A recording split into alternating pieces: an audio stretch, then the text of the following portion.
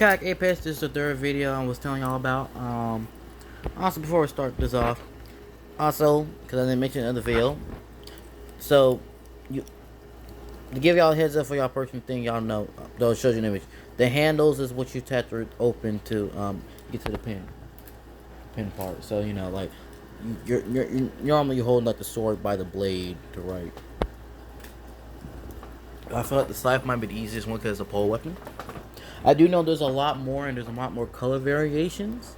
Because there's weapons I don't have because they're not in gold and silver and all that. So I might get future periods. And you know, even when you do run out ink as a pin, still nice decorations. Anyway, that's the name. Alright, this is a dark. This is a design. This is a beast from one of my darkquills. So I'm gonna go ahead and say this. I'm still deciding. I'm on the page if I'm gonna keep this body piece like that. Because if I am, I'm definitely gonna repaint it. Though part of the paint is where I want it to be. Though I'm definitely painting it because of the green right here. But really a lot of it actually because kind of just sticks with the standard color for them, to be honest. So I'm not gonna do a figure review, a figure comparison, because you know this is not like a beast. It's like a darkquill variation, which I guess could work. You know, you can move up here, but you know, for the pieces, you know, spitter head, the panther body in here, spikes, you know, the quills. Alright, so this is me. Like I said, I like to have things next to me when I'm doing my story. To have this to show what faction or team I'm on currently. And so the Dark Quills, I don't know if I ever mentioned exactly what my book was about. And like I said, there's going to be 2 books following this one directly for the trilogy. And I guess I can give you a little intel for that. But you know, I'll give you designs of characters and all that. Okay, so also this I did name the world of this planet finally. It's Naves. Anyway, so the protagonist, which is the antagonist of this story, to be honest, because you know he's an invader, but you know he's a main character. Though you will not you know those books and shows where like you don't really focus on the main character, you focus all around him. It's one of those. Like how for Fairy Tail, like we already know Natsu's the main protector, like something like Fairy Tail that moves all around him.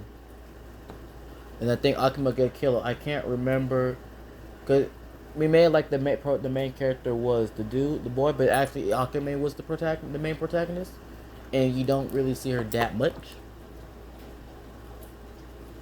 I mean, you see her a good amount, but still. Okay, so to be honest, White Spine, you only see him a couple parts in this. All good enough parts, but there's a lot of factions and teams and all this. But pretty much book 1, you see more how the planet is reacting to him, like the people, like the native creatures on the planet is reacting to him. So one thing is, which I'm gonna give a brief number. So one. This is a fantasy story. This is sci-fi and fantasy. So one, I'm not having magic or doing magic. I don't think I'm gonna have magic in any of my stories so far. Now I may have like abilities and powers, but they're not gonna be magic based. They're gonna be energy or genetic based. Okay. So abilities like Superman, y'all maybe may see someone use the ability like that in one of my future books, but you ain't gonna see something like says any magical divine ability. Well, man, I don't know. Divine ability is manipulable, but no magic. There's not a magic world. None of that. It's mainly fancy because there's dragons and certain other mythical or folklore creatures.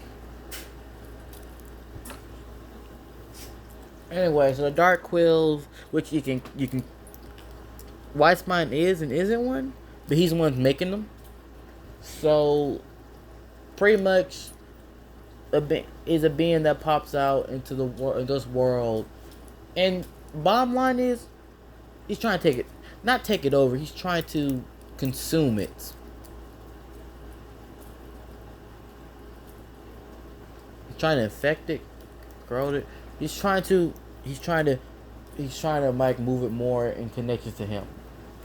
Cause I don't want to do the whole like, oh, aliens trying to take over. Like no, it's not exactly that. And y'all find out in book 3 book through how he doing all.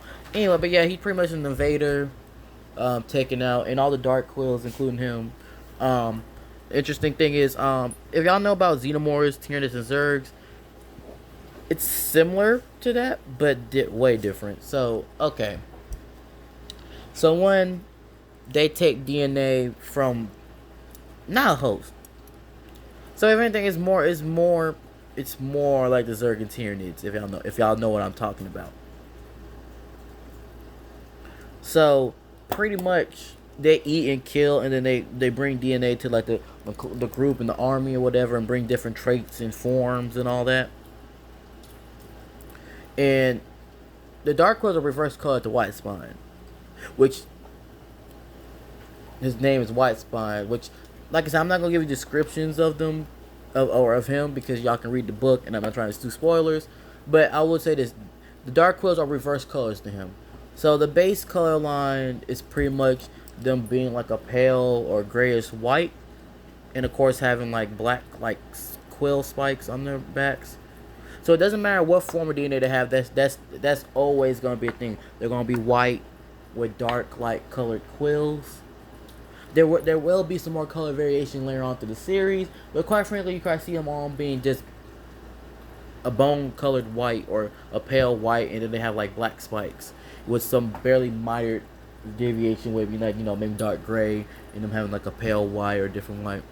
But yes, so pretty much they can have it like that. Now, the ones that have less DNA, they look more like the creatures they hatched or merged or genetically formed from.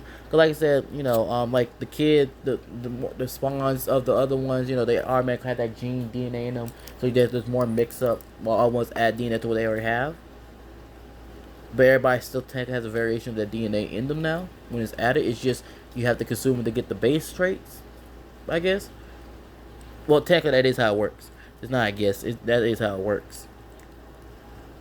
So, let's say if one is really just based off a dog, well, the dog is now white with black spikes marking the body. That's just what it's gonna look like. So pretty much they can have like the base form. This is like the least unique looking ones. The basic looking ones is just gonna be like whatever they consume. It's just gonna be like a white dark quiver. So pretty much it's like you can imagine like a zombie virus, but instead no one's getting affected. And then once you start mixing stuff up, you can see like like it all blends in.